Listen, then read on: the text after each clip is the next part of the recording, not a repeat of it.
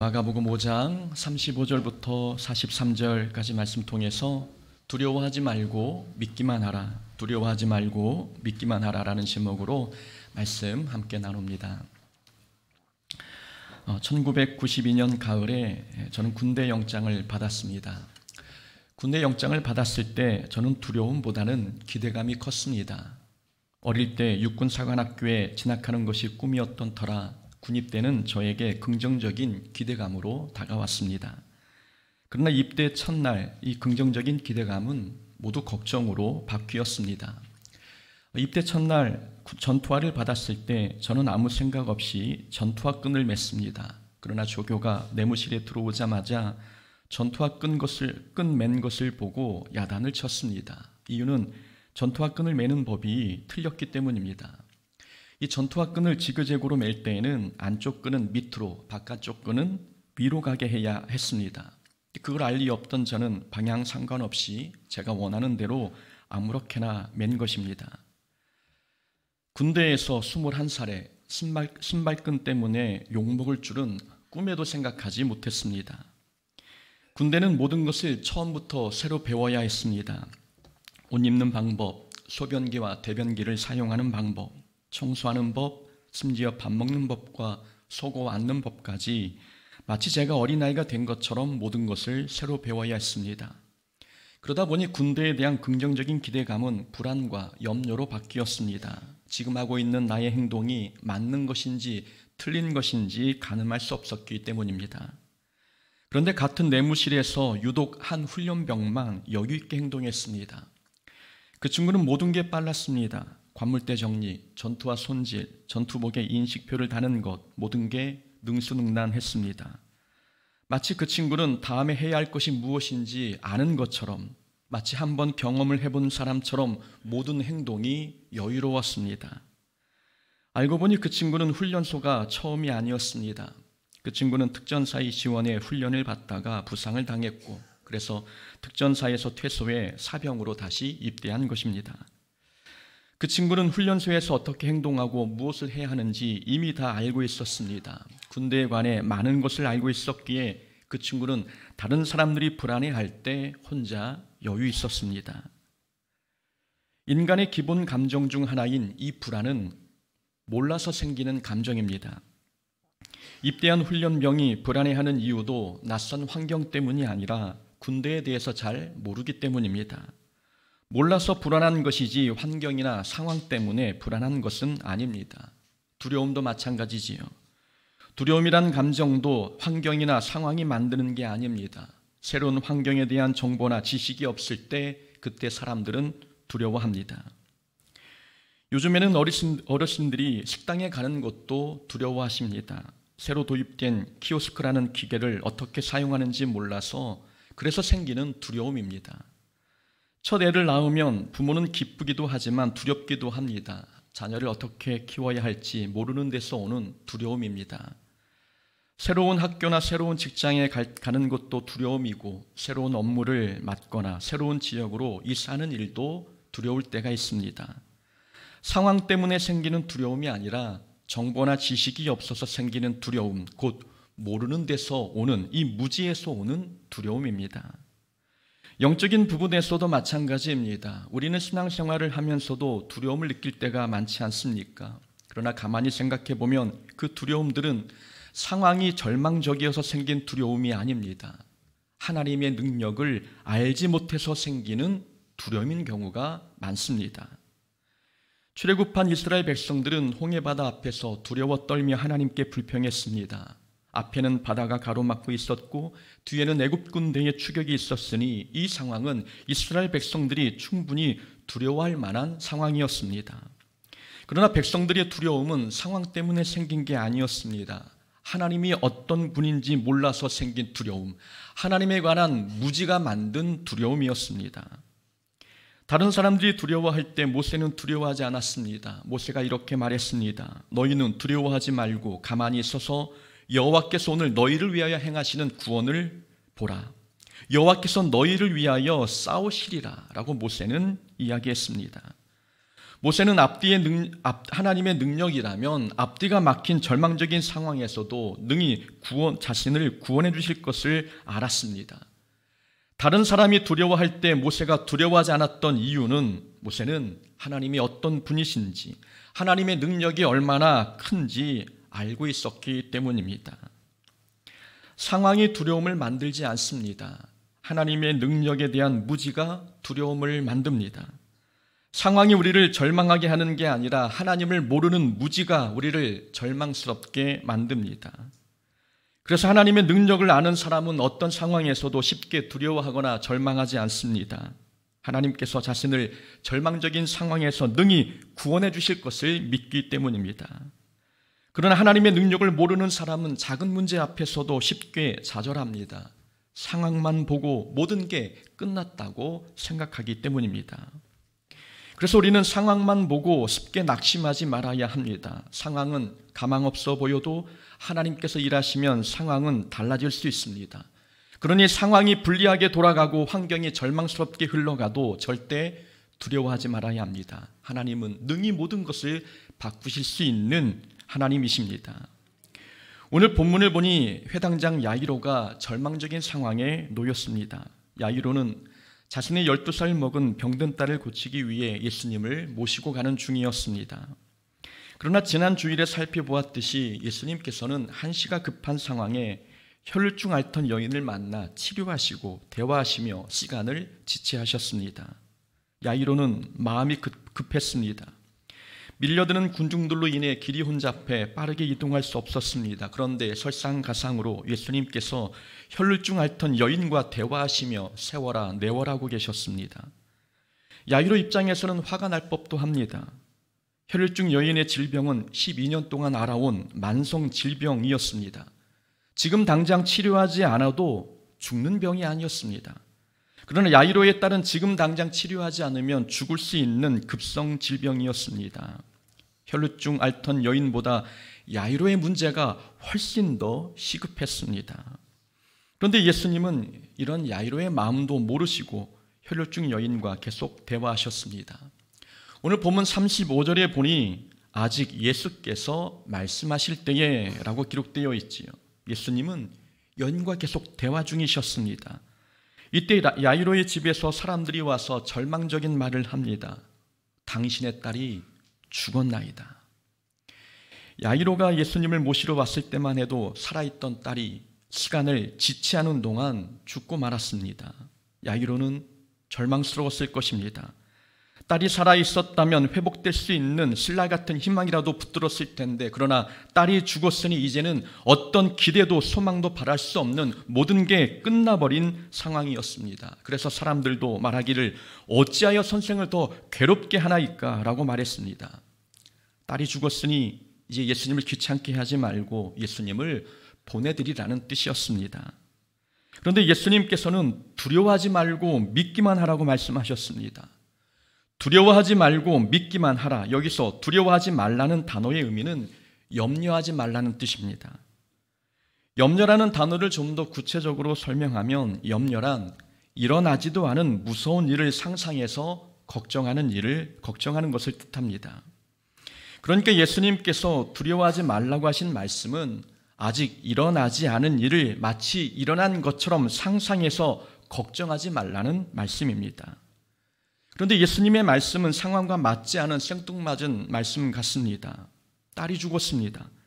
죽은 딸을 보고 절망하는 것은 일어나지도 않은 일을 상상해서 하는 행동이 아니었습니다. 딸이 이미 죽었고 죽었으면 두려워하고 절망하는 것은 당연한 순서입니다. 오히려 죽은 딸을 보고 아직 회복될 수 있다고 믿는 것이 더 비정상적인 행동처럼 보이지 않겠습니까? 그런데 예수님은 마치 아직 기회가 있는 것처럼 두려워하지 말고 믿기만 하라고 말씀하셨습니다. 무슨 뜻이겠습니까? 상황만 보고 절망하지 말라는 말씀입니다. 상황만 보고 섣불리 단념하거나 낙심하지 말고 예수님의 능력을 믿으라는 말씀입니다. 사람의 눈에는 모든 것이 끝나버린 것 같아도, 다시는 어떤 기회도 없는 절망적인 상황 같아도 예수님께서 보실 때는 아직 끝난 게 아닙니다. 예수님께서 일하시면 끝난 것처럼 보이는 모든 상황도 다시 회복될 수 있습니다. 예수님은 죽음도 생명으로 바꾸시는 능력의 하나님이십니다. 그래서 예수님은 두려워하지 말고 믿기만 하라, 곧 상황만 보고 절망하지 말고 하나님의 능력을 믿으라고 말씀하셨습니다. 혹시 우리 중에 상황만 보고 기도를 포기한 사람이 있습니까? 오랫동안 기도했던 기도 제목인데 기도해도 상황이 달라지지 않을 것 같아서 오랫동안 지속하던 기도를 포기한 사람이 있습니까? 그건 하나님의 능력을 알지 못하고 상황만 보고 판단한 잘못된 행동입니다. 하나님의 전능하신 능력을 믿는 사람은 응답이 더디어도 기도를 포기하지 않습니다. 혹시 두려워하지 말고 믿기만 하세요라는 이 권면의 말씀이 마음에 와닿지 않는 분이 계십니까? 지금 자신의 상황은 믿는 것만으로는 안 되고 무엇인가 빠른 조치가 필요한 절박한 상황인데, 그래서 믿기만 하세요라는 권면이 현실감 없는 형식적인 위로처럼 들리십니까? 이것도 하나님의 전능하신 능력을 알지 못하는 무지에서 오는 불안입니다. 하나님의 능력을 믿는 사람은 두려워 말고 믿기만 하라라는 권면에 눈이 밝아지고 정신이 번쩍 듭니다. 혹 가능성이 제로인 상황에서는 빨리 포기하는 게 합리적이고 이성적인 판단이라고 생각하시는 분이 계십니까? 혹시 그 포기가 하나님의 능력을 고려하지 않고 내린 판단이라면 그것은 이성적인 판단이 아니라 하나님의 능력을 믿지 못하는 불신앙적인 모습입니다. 상황만 보면 불안하고 절망스럽습니다. 그러나 하나님의 능력을 보면 절망적인 상황에서도 소망을 기대할 수 있습니다. 그러니 상황만 바라보며 모든 게 끝났다면 낙심하지 말고 모든 것을 회복하시는 하나님의 능력을 믿어야 합니다. 야이로는 믿기만 하라는 예수님의 말씀을 듣고 예수님을 자신의 집으로 모셨습니다. 사람들이 예수님을 귀찮게 하지 말라는 말로 방해했지만 야이로는 예수님 모시는 일을 포기하지 않았습니다. 예수님께서는 야이로의 죽은 딸의 손을 붙잡고 달리다굼이라고 외쳤습니다. 달리다굼은 소녀야 일어나라 라는 뜻입니다. 예수님이 달리다굼 명령하시자 죽은 딸이 다시 살아났습니다. 만약 야이로가 딸이 죽었다고 해서 예수님께 도움 청하는 일을 포기했다면 이런 놀라운 일은 경험하지 못했을 것입니다. 야이로는 자신의 상황이 절망적으로 변했어도 낙심하지 않고 하나님의 능력을 믿었습니다. 그 결과 절망할 수 있는 상황에서 놀라운 기적을 체험한 겁니다. 야이로는 혈루증 여인 때문에 상황이 절망적으로 변했습니다. 그러나 하나님께서는 야이로의 상황을 한 번에 바꿔주셨지요. 우리는 이 사건을 통해 얻을 수 있는 교훈이 하나 있습니다. 상황이 어려워졌을 때 사람을 원망하지 말아야 한다는 교훈입니다. 우리는 우리의 상황이 어려워지면 사람을 원망할 때가 있습니다. 사람을 원망하는 이유는 그 사람이 내 상황을 어렵게 만들었다고 생각하기 때문입니다. 그 사람만 아니었다면 나의 상황이 이렇게 어렵지 않았을 텐데 라는 생각 때문에 사람들은 상황이나 환경이 어려워지면 특정한 누군가를 원망하고 미워할 때가 있습니다. 그러나 상황이 어려워졌다고 해서 사람을 원망할 필요가 없습니다. 왜냐하면 말씀드린 것처럼 상황이 어려워졌어도 그 상황이 우리를 절망하게 만드는 게 아니기 때문입니다. 하나님의 능력을 믿지 못하는 믿음 없음이 우리를 힘들게 하는 것이지, 누군가 나의 상황을 어렵게 만들었다고 해서 사람이 또는 상황이 우리를 힘들게 하는 건 아닙니다. 하나님께서는 모든 상황과 환경을 능히 바꾸실 수 있는 분이십니다. 절망을 소망으로 바꾸시는 분도 하나님이십니다. 그런 하나님의 능력을 믿는 믿음이 우리에게 있다면 우리는 어떤 상황에서도 절망하지 않습니다. 그리고 누군가 우리의 상황을 어렵게 만들었다고 해도 그 사람을 원망할 필요도 없고 그 사람과 원수 맺을 필요도 없습니다. 말씀드린 것처럼 야이로의 상황을 어렵게 만든 사람은 어찌 보면 혈루증 앓던 여인이었습니다. 혈루증 앓던 여인이 예수님을 붙잡지만 않았다면 야이로의 딸은 죽기 전에 예수님을 만날 수 있었습니다. 그러나 혈루증 여인이 예수님의 시선을 사로잡는 바람에 야이로의 모든 계획이 실패하고 말았습니다. 우리가 만약 야이로의 입장이었다면 아마 혈루증 여인은 평생 원수처럼 여겼을 것입니다. 아마 혈루증 여인을 자기 살자고 남의 딸을 죽인 이기적인 여자로 몰아갔을 것입니다. 그러나 우리가 알아야 할 것은 예수님께서는 야이로의 딸이 한시가 급한 상황이라는 것을 알고 계셨다는 점입니다. 그럼에도 불구하고 예수님께서는 시간을 지체하시면서까지 혈루증 여인을 고쳐주셨습니다. 그렇게 하신 이유는 혈루증 여인을 고쳐주신 사건은 단지 혈루증 여인만을 위한 일이 아니라 야이로를 위한 일이기도 했기 때문입니다. 자, 예수님께서는 혈루증 앓던 여인을 고쳐주시면서 딸아, 내 믿음이 너를 구원하였으니 평안히 가라고 말씀하셨습니다. 지난주 설교 때 예수님께서 혈루증 여인의 문제를 공개적으로 드러내신 이유가 있다고 말씀드렸습니다. 하나는 여인이 더 이상 부정한 사람이 아니라는 것을 공개적으로 알리시기 위함이었고, 또 하나는 여인에게 일어난 일이 우연이 아니라 하나님의 은혜의 결과임을 깨닫게 하기 위함이었습니다. 거기에 덧붙여 한 가지 또 다른 이유가 있습니다. 예수님께서 혈루증 여인의 상태를 공개적으로 드러내신 이유는 문제를 해결받으려면 믿음이 필요하다는 것을 가르쳐주기 위함이었습니다. 딸아, 내 믿음이 너를 구원하였으니 평안히 가라. 예수님께서는 의도적으로 믿음을 강조하셨습니다. 문제 해결을 위해서는 반드시 믿음이 선행되어야 함을 가르쳐주시기 위함이지요. 그렇다면 믿음이 있어야 문제를 해결받을 수 있다는 이 가르침은 지금 현재 누구에게 가장 필요한 가르침이겠습니까? 바로 야이로였습니다. 야이로에게는 해결받아야 할 중요한 문제가 있었습니다. 그런 야이로에게 지금 가장 필요한 것은 믿음이었습니다. 예수님의 옷자락만 만져도 나을 수 있다고 믿는 혈루증 여인과 같은 믿음, 상황이 절망적이어도 믿음만 있으면 상황이 바뀔 수 있다는 믿음, 이 믿음이 야이로에게도 필요했습니다. 그래서 예수님께서는 야이로가 들을 수 있도록 공개적으로 내 믿음이 너를 구원하였으니 평안히 가라고 말씀하셨습니다. 믿음의 중요성과 필요성을 강조하고 가르쳐 주신 것입니다. 그러니까 혈루증 여인은 야이로의 상황을 어렵게 만든 사람이 아닙니다.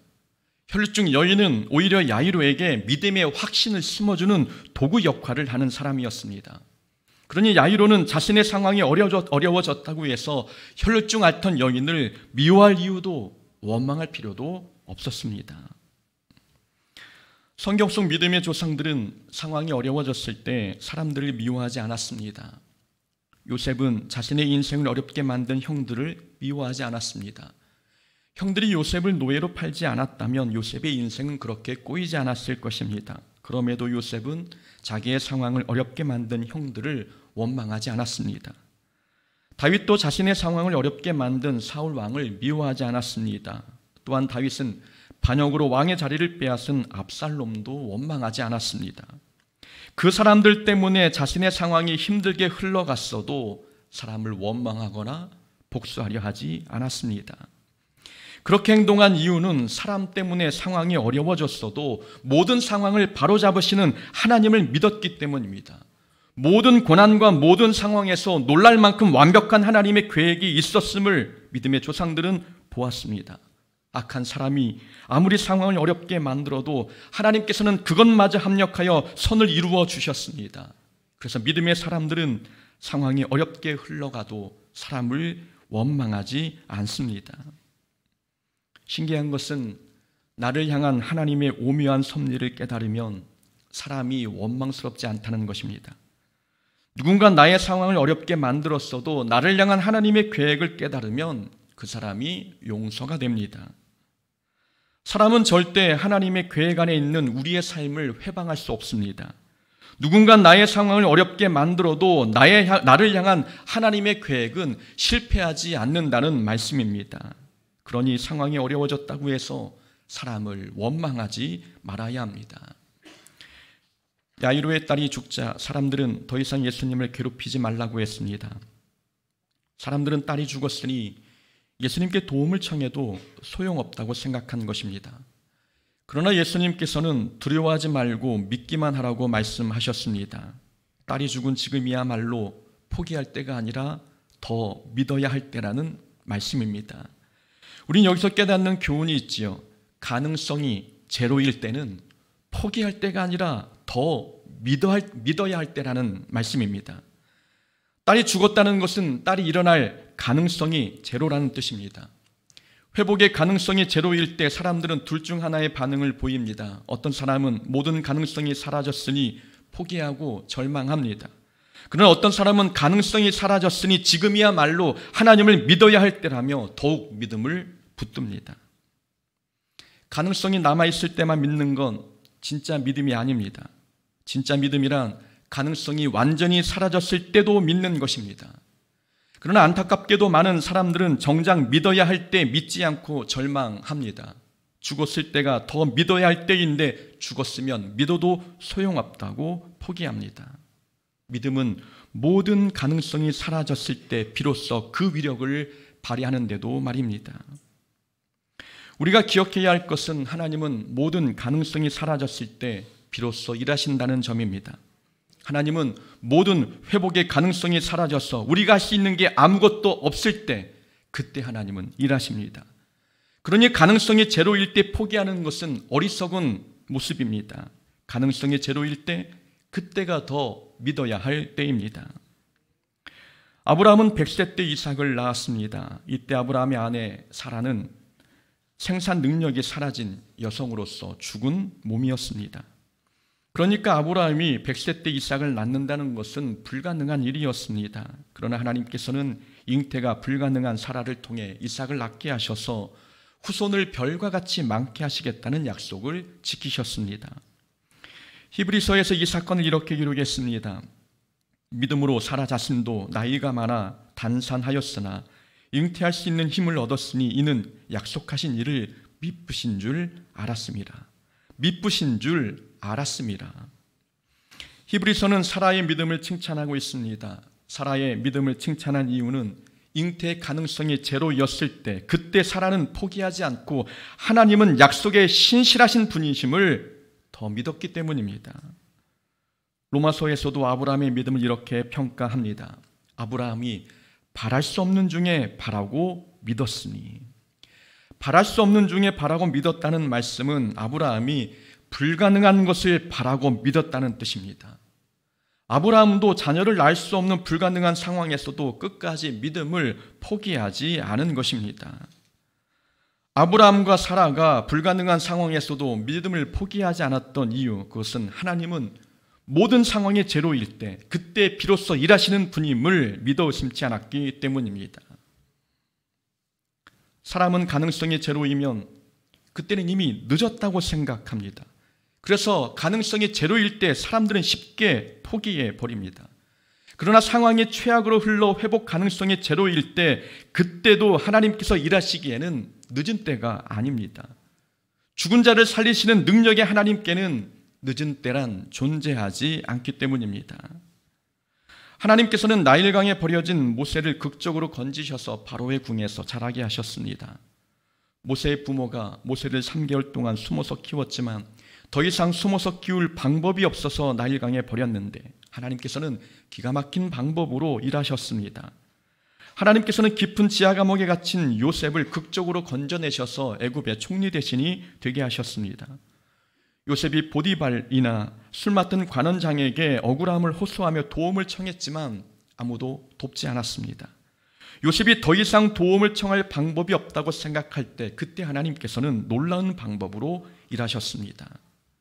우리는 회복 가능성이 전혀 없다고 생각했는데 하나님 입장에서는 그때가 하나님 일하시기에 가장 적절한 시기였습니다.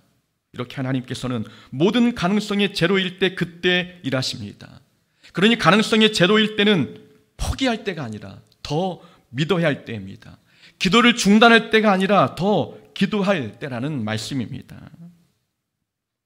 지금 자신의 인생 중 가장 힘든 시기를 보내고 계십니까? 지금이야말로 하나님을 더욱 믿어야 할 때입니다. 숨이 막힐 정도로 삶이 고되고 힘들다면, 모든 것이 원망스럽고 삶이 지쳐있다면 지금이야말로 믿음의 위력을 체험할 때입니다. 그러니 가능성이 제로일 때에는 포기하지 말고 하나님을 더 붙들고 믿어야 합니다. 야이로의 집에 도착하니 많은 사람이 울며 심히 통곡하고 있었습니다. 예수님께서 그 모습을 보시고 말씀하셨습니다. 너희가 어찌하여 떠들며 우느냐? 이 아이가 죽은 것이 아니라 잔다. 예수님은 죽은 소녀를 보고 죽은 게 아니라 잔다고 말씀하셨습니다. 예수님께서 죽은 소녀를 잔다고 말씀하신 것은 모든 상황을 부활신앙으로 바라보라는 말씀입니다. 믿음이란 모든 상황을 부활신앙으로 바라보는 것입니다. 상황을 죽었다고 보는 것과 잔다고 보는 것에는 큰 차이가 있습니다. 죽었다고 보면 거기에는 일어날 소망이 없습니다. 그러나 잔다고 보면 거기에는 아직 일어날 소망이 있습니다. 사람들은 야이로의 상황을 죽었다고 보았습니다. 모든 게 끝났다고 본 것입니다. 그래서 예수님께 도움을 청하는 것도 포기하라고 말했습니다. 그러나 예수님은 야이로의 상황을 잠든 상황으로 보셨습니다. 깨우면 일어날 수 있는 소망 있는 삶으로 보신 것입니다. 하나님의 능력이 임하면 죽었던 상황으로 다시 일어날 것으로 믿는 것, 이게 부활신앙입니다. 부활신앙으로 사는 사람은 세상을 보는 안목이 다릅니다. 부활신앙이 있는 사람은 절망적인 상황에서도 절대 낙심하지 않습니다. 하나님께서 일하시면 모든 게 끝난 것 같은 절망적인 상황도 소망 가득한 삶으로 바뀔 수 있기 때문입니다. 그래서 부활신앙이 있는 성도는 절망적인 상황도 죽었다고 보지 않고 잠든 것으로 봅니다. 종교개혁을 일으킨 루터 안에 관한 유명한 일화가 있습니다. 루터는 거대한 조직 로마 교황청과 싸우느라 기진맥진에 있었습니다. 갈수록 교황청의 위협이 가중되고 있었고 그로 인해 루터는 절망 속에서 모든 것을 포기하고 싶었습니다. 하루는 루터가 자포자기하고 있을 때 루터의 아내가 상복을 입고 통곡했습니다. 루터가 물었지요. 누가 죽었소? 예, 죽었습니다.